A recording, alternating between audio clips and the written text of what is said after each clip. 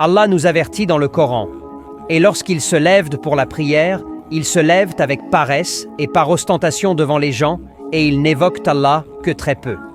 Ce verset décrit les hypocrites qui sont insouciants dans leur prière, la retardent, voire ne l'accomplissent pas du tout.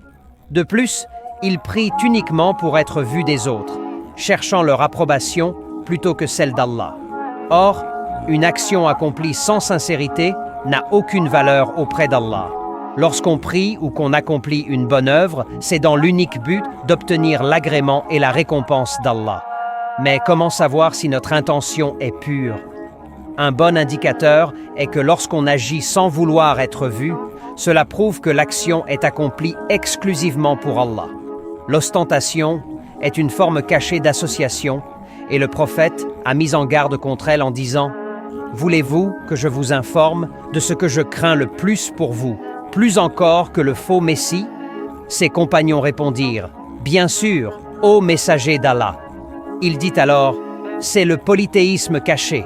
Un homme prie et embellit sa prière lorsqu'il sait qu'il est observé. » Les compagnons, préoccupés par l'épreuve du faux Messie, furent surpris d'apprendre qu'un danger plus grand encore résidait dans le fait d'accomplir des actes pour impressionner les autres plutôt que pour Allah. Allah nous enseigne également, ô les croyants, n'annulez pas vos aumônes par des rappels blessants ou par ostentation, comme celui qui dépense ses biens pour être vu des autres sans croire en Allah et au jour dernier. Il est semblable à une pierre recouverte d'une fine couche de terre qu'une averse balaie, la laissant nue.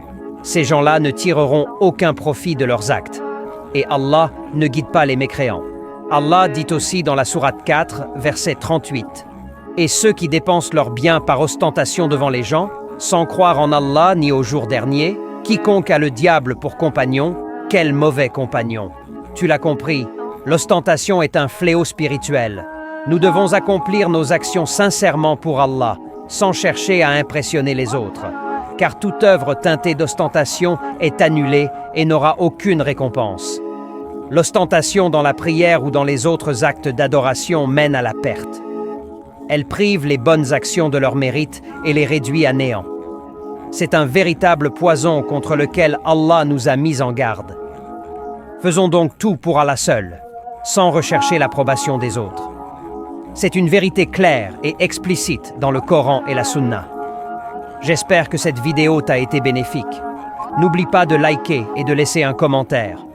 Qu'Allah nous guide et nous protège tous.